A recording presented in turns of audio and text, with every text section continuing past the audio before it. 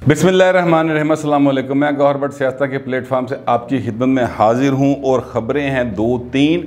पहली खबर जो है वो है कि जो पीटीआई के सिपाही हैं, तोपची हैं, उन्होंने एक दूसरे के ऊपर ही गोले दागने शुरू कर दिए हैं और एक दूसरे को बर्बाद करने की ठान ली है। वो कैसे है उस बारे में बताता हूँ। दूसरी बात यह है कि चौधरी परवेज़ लाई जो हैं वो उनका सब्र का पैमाना भी अब लबरेज होता दिखाई देता है और उन्होंने क्या कहा है वो बताऊंगा। तीसरी बात यह है कि जनाब जो जहांगीर तरीन का केस है उसमें बैरिस्टर अली ज़फ़र साहब की जो रिपोर्ट है उसकी कुछ अहम बातें मुझे मालूम पड़ी हैं तो वो भी आपके साथ शेयर की जाएंगी।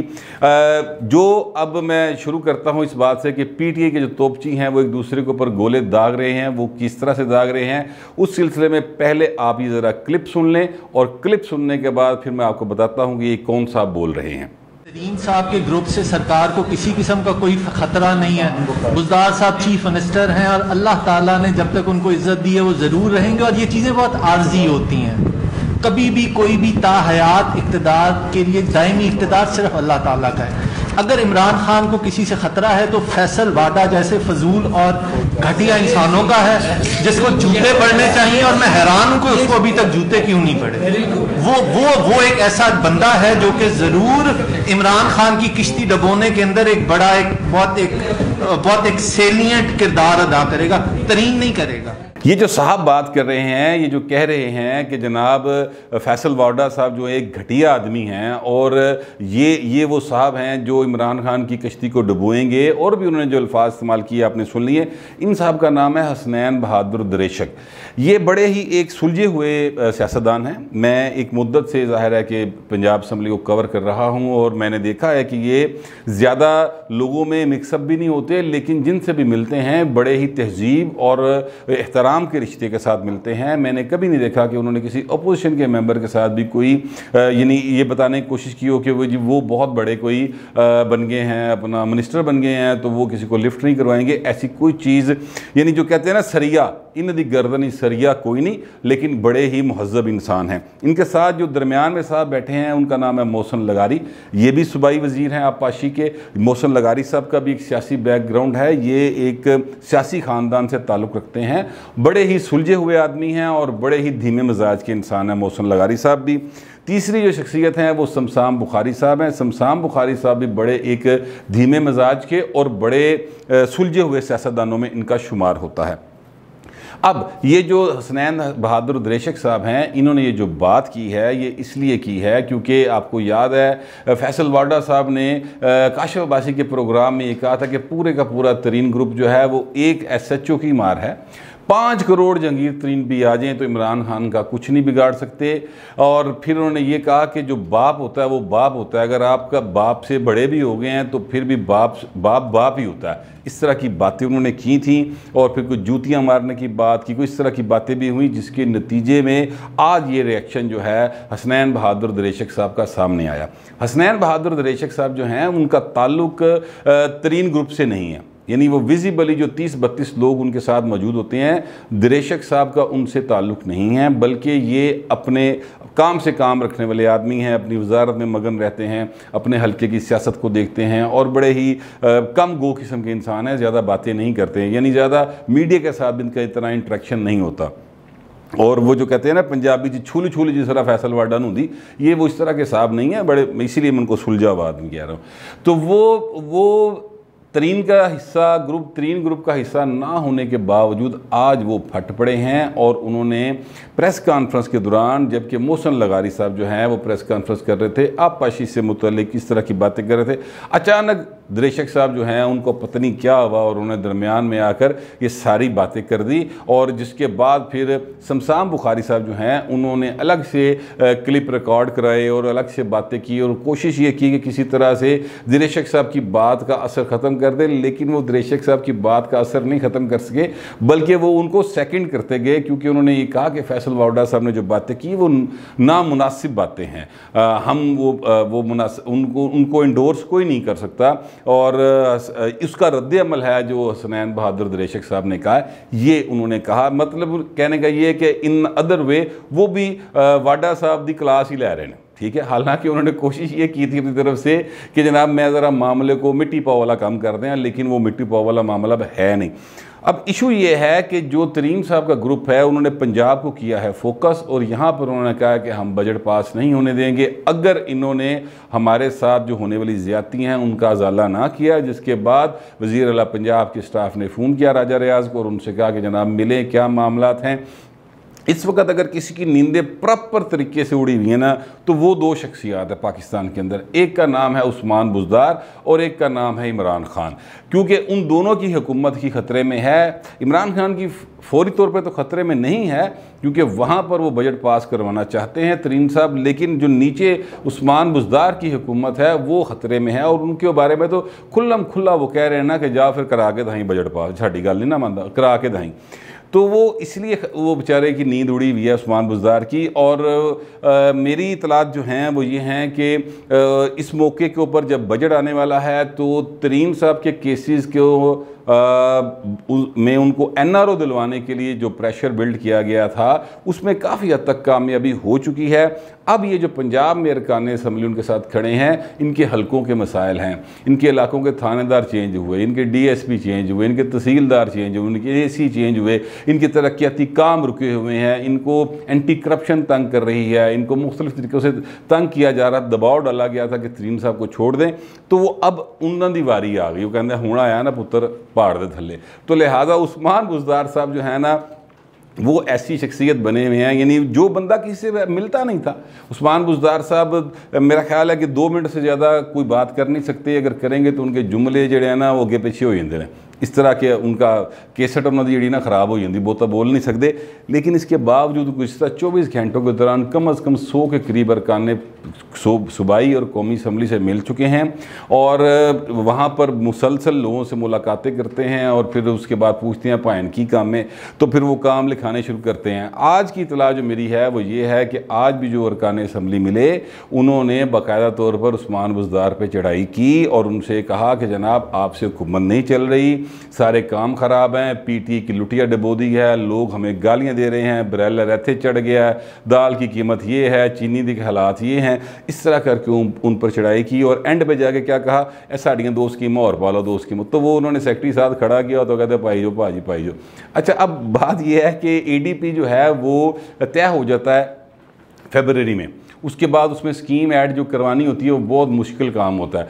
लेकिन चूँकि उन्हें पता है कि इस वक्त उस्मान बुज़दार फंसे हुए हैं तो लिहाजा हर रुकन असम्बली चाहे वो तरीन ग्रुप का है चाहे वो PTI का अपना है, उन्होंने जनाब फुल चढ़ाई की थी। लिहाजा उस्मान बुज़दार की हालत जो है ना इस वक्त वो ऐसी हुई है जैसे कोई, अब मैं क्या बताऊँ, कोई शख्स किसी को बाज़ार में छेड़ दे किसी खतून को, तो फिर वो पूरा बाजार मिल के खतून का भाई बन के फिर उस बंदे के हाथ साफ कर रहे होंगे ना, उस तरह की उस्मान बुज़दार की हालत हुई है। यानी वो पकड़े गए हैं, एक किस्म रंगे हाथों पकड़े जाने वालों का सीन हुआ है और वो हर जो MPA है और MNA है वो आके इस वक्त उन पर चढ़ाई कर रहा है। मुश्किल वक्त है उनके ऊपर और मुझे लगता है कि ये मुश्किल वक्त तब तक रहेगा जब तक बजट पास नहीं होता, और बजट पास होगा कि नहीं होगा वो बात मैं फिर आपको आगे जाके बताऊँगा अगले किसी व्लॉग में। फिल वक्त जो हालात हैं वो बड़े टाइट हालात जा रहे हैं उस्मान बुज़दार साहब के, और PTI के अंदर जो लड़ाई पड़ी हुई है वो अपनी जगह पे है। लेकिन चौधरी परवेज़ लाई जो हैं वो भी आज बोल पड़े हैं। परवेज़ लाई साहब ने कहा कि जनाब देखें, हमने जो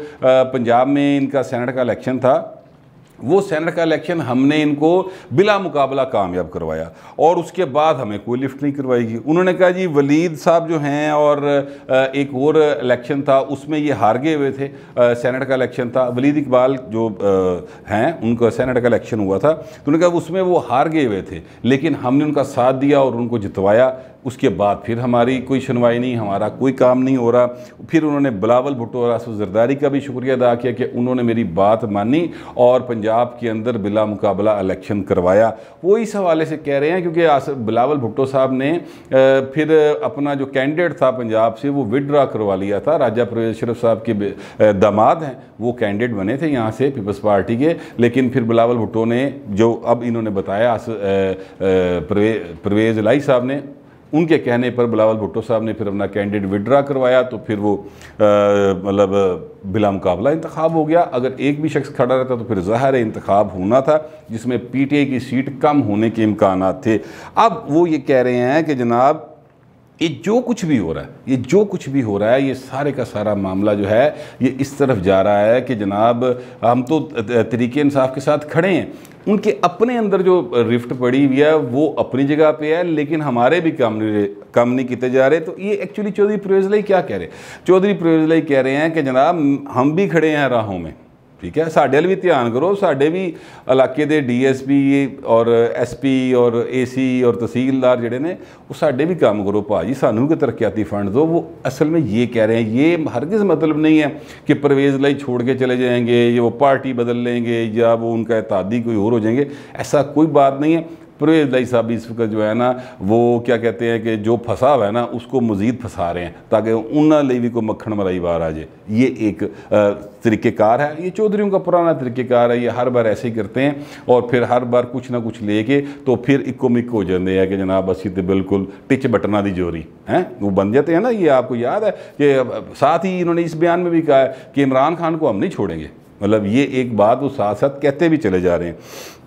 अब मैं तीसरी खबर की तरफ आता हूँ। अली ज़फ़र साहब ने जो इंक्वायरी की है, अब वो इंक्वायरी जो है कंप्लीट हो गई है और उस इंक्वायरी में जो चीज़ मुझे ज़राए ने बताई है कि अली ज़फ़र साहब ने जहांगीर तरीन ग्रुप को क्लीन चिट दे दी, बिल्कुल क्लीन चिट। उन्होंने कहा जनाब इनके ऊपर कोई चीज़ बनती ही नहीं थी, ये FIA ने गलत केस बनाया, ये एक क्लीन चिट जो दे दी है। लेकिन इसका जो है आगे जाके मामला वो जब वो ऐलान करेंगे तो फिर बात सामने आएगी। मगर मेरे ज़रा का कहना यह है कि छोटी मोटी उन्होंने चीज़ डाली है कि जनाब इसमें कोई इरेगुलरिटी जिस तरह होती है, कोई छोटी मोटी इरेगुलरिटी हो गई है, कोई टाइम के ऊपर टैक्स नहीं जमा कराया, कोई इस तरह की चीज़ उन्होंने उसमें रिपोर्ट में कहा है। ओवरऑल उन्होंने जहांगीर तरीन को मतलब बिल्कुल अहम तरीन करार दे दिया और उसके साथ साथ उन्होंने कहा कि जनाब शफाफ तरीन आदमी जहांगीर तरीन, इस तरह करके उन्होंने एक रिपोर्ट मरतब कर ली है। अब मेरा सवाल ये है कि जब FIA ने मुकदमा दर्ज कर लिया और FIA के मुकदमा दर्ज करने के बाद केस अदालत की तरफ चला गया जहाँ पर तरीन साहब खुद गए कि जनाब मुझे ज़ाहिर है ज़मानत चाहिए, FIA गिरफ़्तार ना कर ले, तो फिर ये मुझे समझ नहीं आ रही। अगर कोई आप में से कानूनी माहिर मौजूद है क्योंकि तो मुझे ज़रा प्लीज़ बता दे कि किस तरह से वज़ीर-ए-आज़म के पास ये इख्तियार है कि FIA में केस रजिस्टर्ड हो तो एक प्राइवेट आदमी को देखें। अली ज़फ़र साहब सिर्फ एक सेनेटर हैं तो एक प्राइवेट आदमी हुए ना, वो सरकारी मुलाजिम नहीं है, वो FIA का हिस्सा नहीं है, वो किस तरह से एक क्रिमिनल जो केस दर्ज हुआ है उसकी अलग से इंक्वायरी कर सकते हैं। मेरी समझ में ऐसा कोई कानून नहीं आता और मैंने ये जो मालूम किया है अपने कानूनी माहिरीन से, उन्होंने भी कहा कि वज़ीर-ए-आज़म के पास ऐसा कोई इख्तियार नहीं है, लेकिन फिर भी हो रही है। और इससे जो तहरीक इंसाफ है उसकी एक ये दावा फिर नफ़ी हो गई उसकी कि जनाब हमने अदारों को जो है ना इंडिपेंडेंट किया है और अदारे खुद से इंक्वायरी करते हैं और हम कोई सियासी असर और रसूख इस्तेमाल नहीं करते।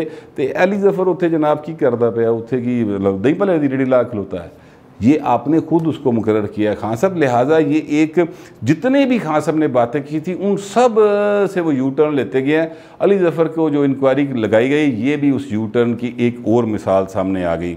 चौथी खबर भी है जो शुरू में कहना मैं भूल गया था, वो ये है कि वड्डा चौधरी यानी चौधरी निसार अली खान साहब जो हैं वो 24 तारीख को हलफ उठाने जा रहे हैं। ये खबर कल इमरान शफकत साहब ने ब्रेक की और ज़ाहिर है उनका स्कूप है तो उनको क्रेडिट भी देना चाहिए। वाक़तन उन्होंने ये खबर ब्रेक की और आज ये बात कन्फर्म भी हो गई है कि जनाब वो 24 तारीख को हल्फ लेंगे।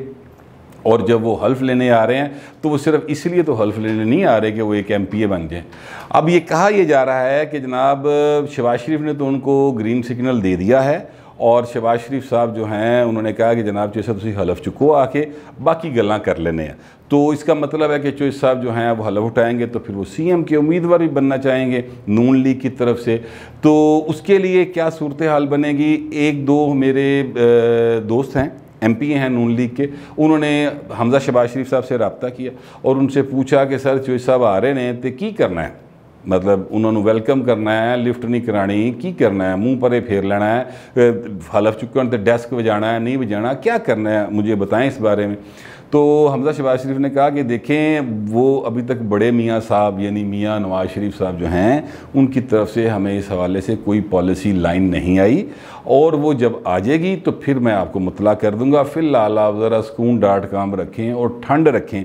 अगर वो उस तरफ से कोई पॉलिसी जो भी आएगी तो फिर आपको इन्फॉर्म कर दिया जाएगा। अगर आ गया कि ग्रीन सिग्नल है तो फिर चो साहब इस्तकबाल कर लेना, तो जो आ गया कि इस ग्रीन सिग्नल नहीं है तो बस फिर जिस तरह को आम मेंबर हलफ चुकता है वो भी चुक चुका लेंगे।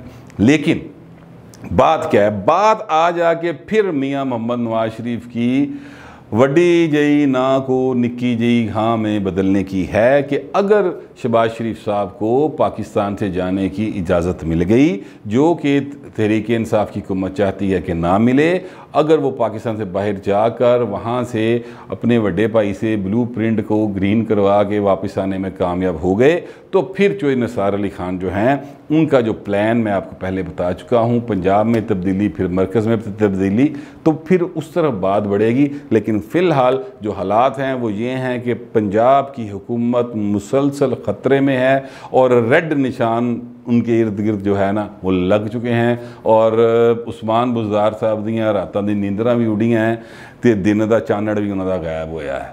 अब देखते हैं कि वो इस सारी सूरत हाल से किस तरह से नबरदज़मा होते हैं, वो इससे निकल सकेंगे कि नहीं, आने वाला वक्त ही बताएगा। फ़िलहाल जो सारे मामला थे वो मैंने आपके सामने रख दिए। अब तक के लिए इतना ही, मिलते हैं अगले व्लॉग।